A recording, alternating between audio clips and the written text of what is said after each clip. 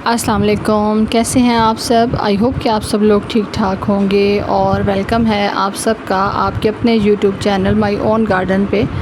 आज की जो वीडियो है वो एक बहुत खूबसूरत इंडोर प्लस ऐसी जगह पे लगाने वाला प्लांट कि जहाँ पे आप छन के धूप आपके यहाँ आती हो या किसी बड़े दरख्त के नीचे अगर आप इसको लगाना चाहें, दरख्त के सहारे से लगाना चाहें, तब भी ये बहुत अच्छे से ग्रोथ करता है। और इसकी जो वेरिगेशन है या इसके अंदर जो कलर कम्बिनेशन है वो बहुत ज़्यादा खूबसूरत लगता है। इसके अंदर बेशुमार वैरायटीज़ होती हैं, बेशुमार अच्छे अच्छे कलर्स जो हैं वो इसके अंदर आते हैं और टाइम गुज़रने के साथ साथ इसके अंदर नए से नए कलर कम्बिनेशन के साथ जो है प्लांट्स भी ऐड होते रहते हैं। ये जो आप बहुत खूबसूरत वेरीगेटेड लीफ वाला प्लांट देख रहे हैं, ये सिंगोनियम का प्लांट है। और सिंगोनियम का प्लांट जो पोथोस फैमिली है, तकरीबन उसी फैमिली से, यानी मनी प्लांट या जो इस तरह के बाकी प्लांट्स होते हैं उसी फैमिली से इसका भी ताल्लुक़ है। इसको बहुत आसानी के साथ आप अपने गार्डन के अंदर लगा सकते हैं। और अगर आप बिगिनर हैं और अभी गार्डनिंग स्टार्ट कर रहे हैं और कुछ प्लांट्स को ऐड करना चाहते हैं अपने गार्डन के अंदर, तो उसमें ये प्लांट जो है उसको लाजमी ऐड करें। उसके अलावा इसके अंदर जो है वो वाइन टाइप वैरायटी भी आती है और प्लांट टाइप जो वैरायटी है वो भी आती है। यानी इसके अंदर जो है वो वैरायटी भी आती है कि जो बेलों की तरह बिल्कुल बेलदार जो पौधे होते हैं उस तरह से ग्रोथ करती है। और उसके साथ अगर आप कॉयर स्टिक लगा दें, मोस्टिक लगा दें, तो वो बहुत अच्छे से उसकी जो खूबसूरती है वो मज़ीद बढ़ती रहती है।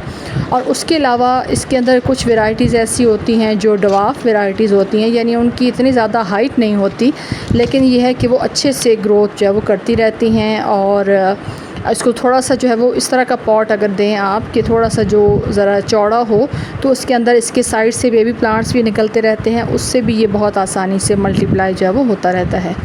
जैसा कि मैंने आप लोगों के साथ शेयर किया है कि आप इसको कटिंग से बहुत आसानी से लगा सकते हैं। और इसकी कटिंग वैसे तो आप साल में किसी टाइम पे भी लगा सकते हैं, लेकिन जो बरसात का मौसम होता है वो इसके लिए आइडियल टाइम होता है।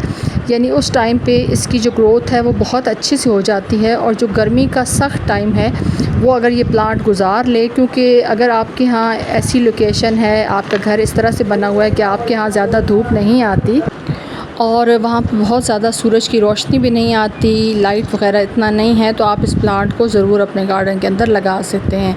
ये बहुत ज़्यादा जो तेज़ सूरज की रोशनी है उसको पसंद नहीं करता। तो आज इसकी जो कटिंग है वो लगाएंगे, आप लोगों के साथ इसकी केयर के हवाले से भी बात करूँगी और साथ साथ प्रोपगेशन भी हम करेंगे। तो इसके लिए जो मैंने सॉइल मीडिया लिया है वो गार्डन सॉइल और कंपोस्ट और साथ सैंड का मिक्सचर है। क्योंकि एक जो चीज़ इस प्लांट को सबसे ज़्यादा ख़राब करती है, या अगर काफ़ी सारी जो मेरी बहनें हैं जो मुझसे रब्ता जिन्होंने व्हाट्सएप पे किया है, उन्होंने बताया है कि उनके सिंगोनियम नहीं चलते। तो मैंने कहा चले मैं इसके ऊपर एक वीडियो भी बना दूं कि आप किस तरीके से सिंगोनियम के प्लांट को लगा सकते हैं। ये मेरे पास सिंगोनियम की एक वैरायटी है, एरो हेड वाइन भी इसे कहा जाता है। और इसके जो पत्ते हैं उसकी शेप बिल्कुल एरो की तरह होती है, तो शायद इसीलिए इसको एरो हेड भी कहा जाता है। ये इसकी प्लेन ग्रीन वैरायटी है और इसकी जो लीफ हैं जो थोड़े बहुत आपको बर्न नज़र आ रहे हैं, क्योंकि मेरा ओपन टेरेस है, यहाँ पे धूप जो है वो सारा दिन रहती है। तो कुछ टाइम तो प्लांट्स जो है वो उस धूप को बर्दाश्त कर लेते हैं, लेकिन जब ज़्यादा टाइम धूप रहे तो फिर जो लीफ हैं वो जलना स्टार्ट हो जाते हैं। तो जब आप इसकी सॉइल बनाएं तो सॉइल के अंदर आपने ये चीज़ करनी है कि या तो फिर आप इसको सबसे पहले इस तरह का कंटेनर ले लें, उसके अंदर पानी डाल के इन कटिंग्स को रख लें और कुछ टाइम के बाद इसके अंदर जो है वो रूट्स आना स्टार्ट हो जाएंगी। या तो आप ये तरीका कर सकते हैं, या फिर आप ये कर सकते हैं कि अगर आप पानी के अंदर इसकी रूट्स को नहीं बनाना चाहते तो फिर इसके 1 से 2 नोड एरिया को लेके, जैसे इस टाइम पे इसके अंदर जो है वो इस तरह से एरिया रूट्स आना स्टार्ट हो जाती हैं, तो इससे इंडिकेशन हो जाती है कि प्लांट जो है उसको आप आसानी से प्रोपगेट कर सकते हैं। तो 1 से 2 नोड एरिया लाजमी रखें और उसको जो है वो आप सॉइल के अंदर लगा दें। और सॉइल का जो मीडिया है उसको हमेशा सॉफ्ट रखें, क्योंकि इस प्लांट को जो एक ही चीज़ ख़राब करती है वो ख़राब करती है फंगस, या अगर इसकी जड़ों के साथ बहुत देर तक पानी खड़ा रहे। वैसे तो अगर आप इसको ग्रो करना चाहें तो आप इसको जो है वो पानी के अंदर भी ग्रो कर सकते हैं, उससे फंगस एक्टिव नहीं होता, लेकिन पानी को कुछ टाइम के बाद आपको चेंज करना पड़ेगा। अब यहाँ पे जो कट कर रही हूँ मैं लीफ, ये वो वाली लीफ हैं कि जो जल रहे हैं, तो इन जले हुए लीफ के साथ प्लांट को लगाने से बेहतर है कि आप उनको हटा दें, ताकि इन फ्यूचर यहाँ पे जहाँ से हम पत्ते कट कर रहे हैं वहाँ पे आगे मज़ीद इनकी ब्रांचेस निकलें और हमारा प्लांट जो है वो बुशी हो। ये वाली जो कटिंग है इसके साथ 2 से 3 नोड एरियाज़ हैं। अगर आप इसको एक एक नोड एरिया के साथ लगाना चाहें तब भी इस एक कटिंग से आप 3 प्लांट बना सकते हैं। लेकिन ये है कि इसको थोड़ा सा लिटा के लगाने का मकसद ये है कि हमारे जो प्लांट हैं वो थोड़ा सा बुशी हो, यानी जहाँ से हमने पत्ते कट किए हैं वहाँ से इन फ्यूचर मज़ीद जो है वो स्टेम्स निकलें और प्लांट जो है हमारा घना हो। इसको इंडोर अगर आप रखते हैं तो बहुत अच्छे से ये ग्रोथ करता है, लेकिन कोई भी पौधा याद रखिए कि मुकम्मल तौर पे इंडोर नहीं होता। कुछ टाइम के बाद आपको उस प्लांट को निकाल के जो है वो धूप जो है वो लगवानी पड़ती है। जो इसका ग्रोइंग टाइम है वो इसका टाइम है, आप इसको समर में लगा सकते हैं, यानी फरवरी मार्च से लेके तो नवंबर दिसंबर स्टार्ट तक ये प्लांट जो है वो आसानी से चलता है। लेकिन दिसंबर जनवरी जो है वो इसका थोड़ा सा टाइम जो है वो इस तरह का होता है कि उसके अंदर इसकी ग्रोथ जो है वो ये डोरमेंट हो जाता है, ग्रोथ इसकी रुक जाती है। तो उस टाइम पे आपने ये क्या ख्याल करना है कि इसको बहुत ज़्यादा ओवर वाटरिंग नहीं करनी और इसको जो है वो औस से और कोरे से बचाना है, क्योंकि हमारे यहाँ सर्दियों में ये इशू होता है, गर्मियों में गर्मी बहुत ज़्यादा होती है और सर्दियों में बहुत ज़्यादा सर्दी होती है। तो सर्दियों में हमारी जो कोशिश होती है, कोरा बहुत ज़्यादा पड़ता है, तो उस कोरे से अगर आप इस प्लांट को बचा लें तो ये परमानेंट प्लांट है और आप इसके एक प्लांट से बेशुमार प्लांट्स बना सकते हैं।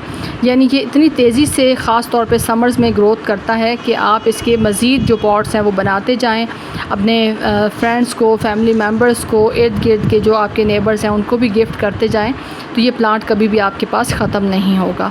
सिर्फ़ आपने ये ख्याल करना है गर्मियों में कि इसको आपने बचाना है जो डायरेक्ट सनलाइट होती है, यानी सूरज की जो तेज़ रोशनी होती है उससे आपने इसको बचाना है।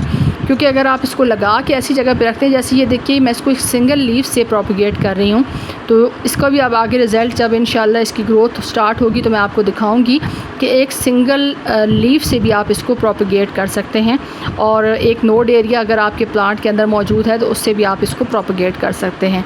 उसके अलावा ये है कि आपने इसके ऊपर किसी किस्म का, मैंने आज तक काफ़ी सालों से मैंने इसको लगाया हुआ है, कभी कोई पेस्ट का अटैक मैंने नहीं देखा, कोई इसको इस तरह का प्रॉब्लम नहीं होता। हाँ, ये होता है कि इस टाइम पे ख़ास तौर पे हमारे यहाँ एरियाज़ में ग्रास सुपर्स काफ़ी होते हैं, तो उनको इसके लीफ काफ़ी पसंद आते हैं, तो वो अक्सर जो है वो खाते रहते हैं। उसके अलावा इसके ऊपर किसी किस्म का कोई पेस्ट का अटैक नहीं होता।